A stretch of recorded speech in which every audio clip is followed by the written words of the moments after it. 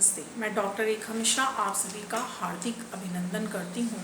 मेरा आज का विषय है पांडे बेचन शर्मा उग्र द्वारा रचित कहानी उसकी माँ की तात्विक समीक्षा। कहानी की कथा वस्तु अत्यंत संक्षिप्त, प्रभावी, रोचक बन पड़ी है और कहानी का जो केंद्र बिंदु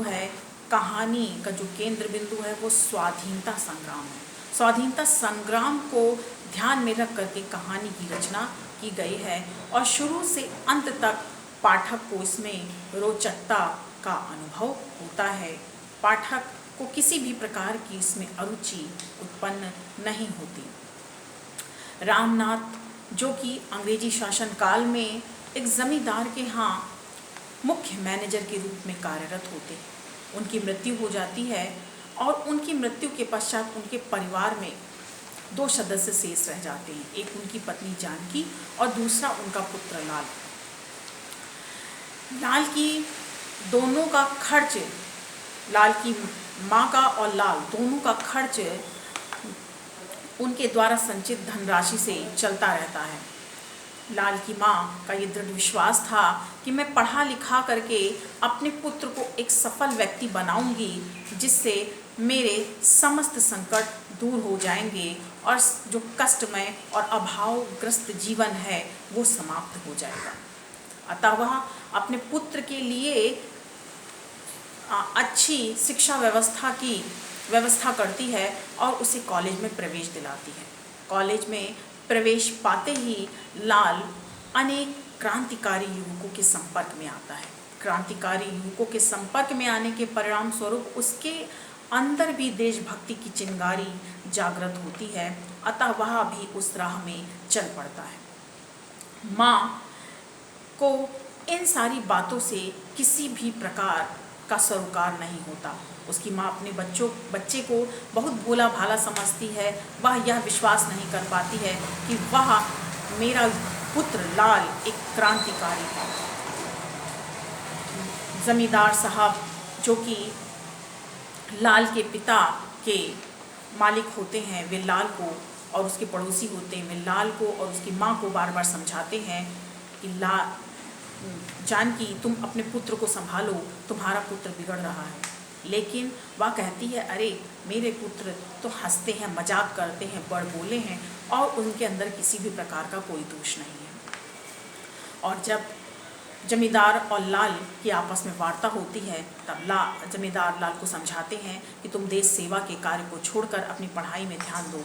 लेकिन लाल सीधे सीधे स्पष्ट कह देता है कि मैं राज्य विद्रोही हूँ और मैं देश सेवा के कार्य को करूँगा, मैं इस कार्य को नहीं छोड़ सकता। कुछ दिनों के पश्चात पुलिस सुप्रिंटेंडेंट लाल का पता पूछते हुए उनके घर आती है और लाल को और उनके 3 दोस्तों को ले जाती है और कुछ दिन के पश्चात उन्हें फांसी की सज़ा सुना दी जाती है।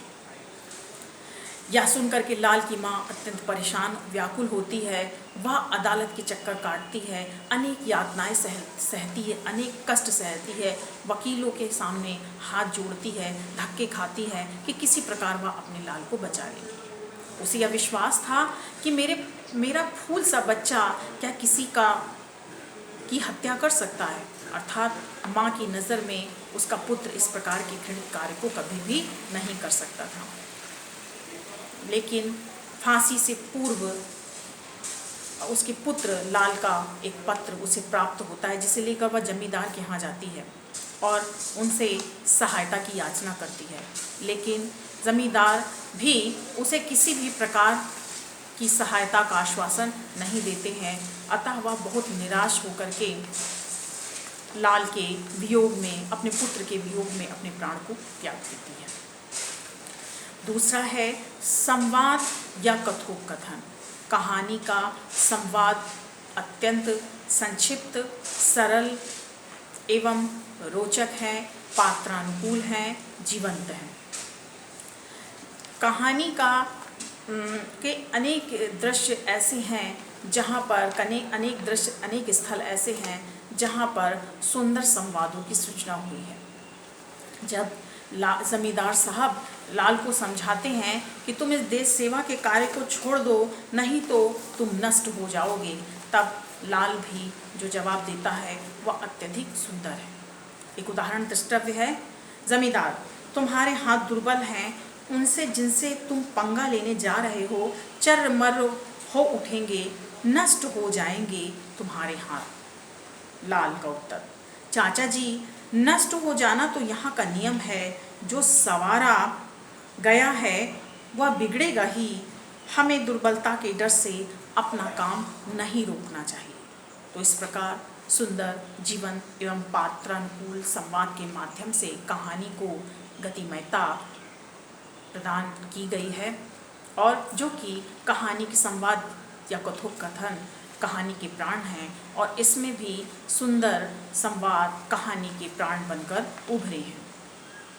संवाद के बाद हम पात्र एवं चरित्र चित्रण की बात करेंगे। पात्र एवं चरित्र चित्रण, इसमें जो पात्र हैं वह गिने चुने पात्र हैं। लाल, उसकी माँ जानकी, जमींदार साहब।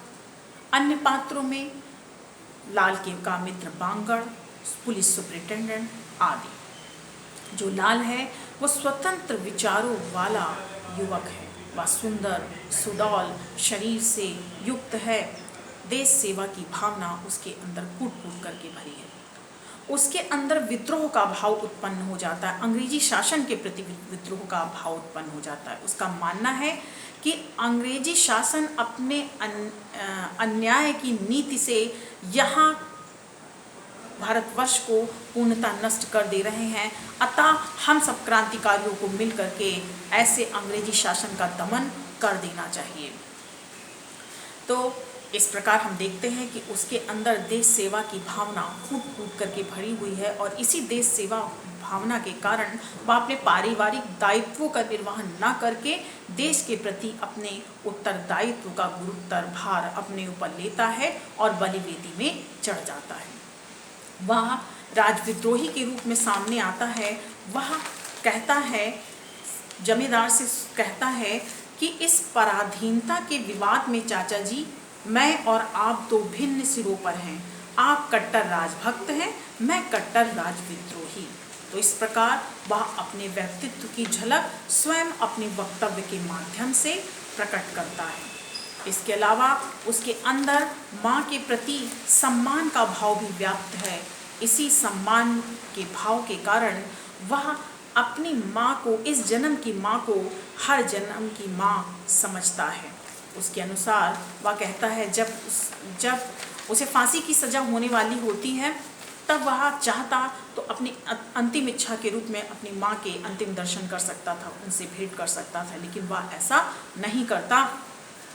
वह कहता है, अपने पत्र में लिखता है, मुझे विश्वास है कि तुम मेरी जन्म जन्मांतर की जननी रहोगी।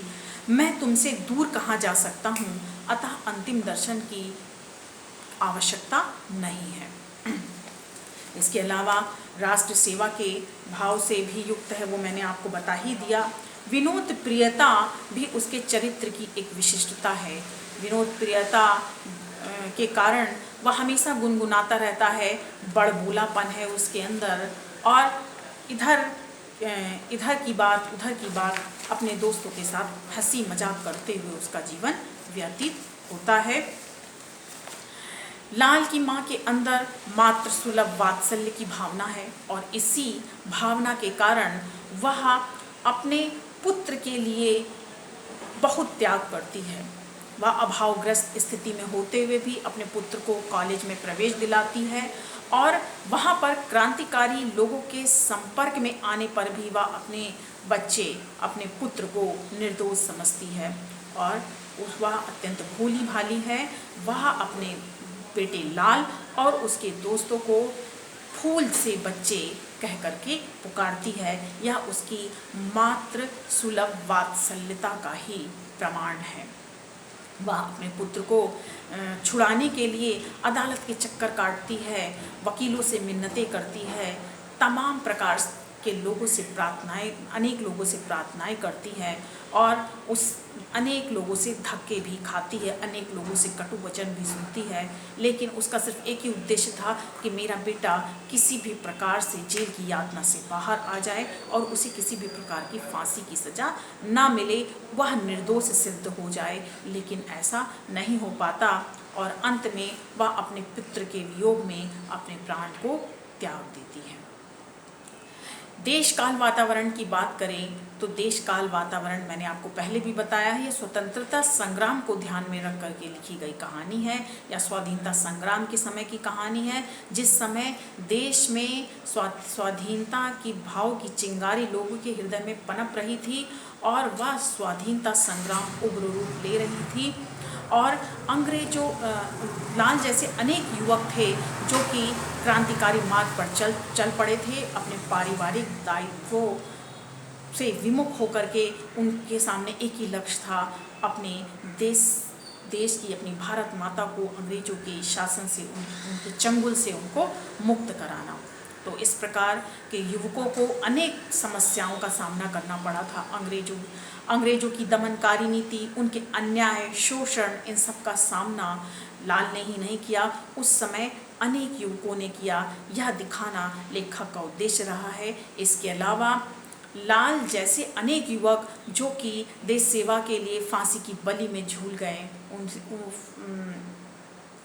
उनके परिवार का क्या होता है, उनकी माँ के साथ किस प्रकार का व्यवहार होता है, उनकी माँ किस प्रकार से अपने जीवन में अत्यधिक कष्टकर अनुभव करती हैं, यह दिखाना भी लेखक का उद्देश्य रहा है। इसके अलावा जमींदार की जो नीति है, चाटुकारी नीति, तात्कालिक लाभ के लिए और उनकी अवसरवादिता को दिखाना भी उनका उद्देश्य रहा है।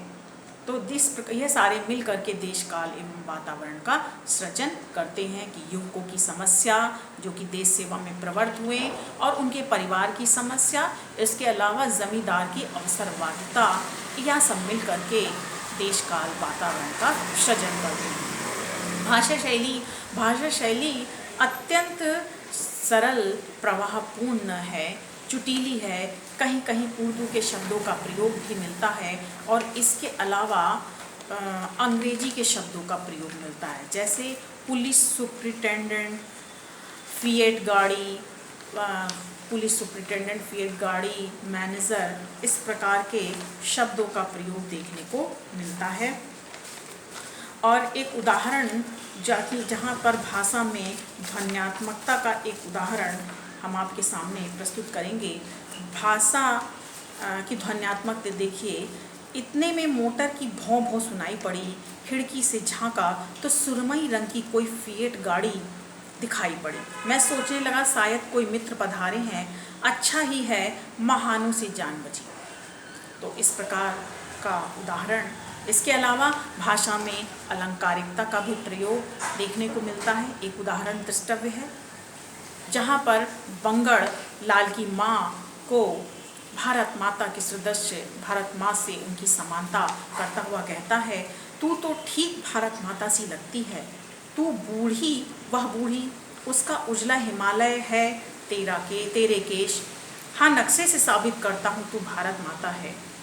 सिर तेरा हिमालय, माथे की दोनों बाहरी बड़ी रेखाएं गंगा और यमुना, यह नाक विंध्याचल, थोड़ी कन्याकुमारी तथा छोटी बड़ी झुर्रियाँ रेखाएं भिन्न भिन्न पहाड़ और नदियाँ हैं।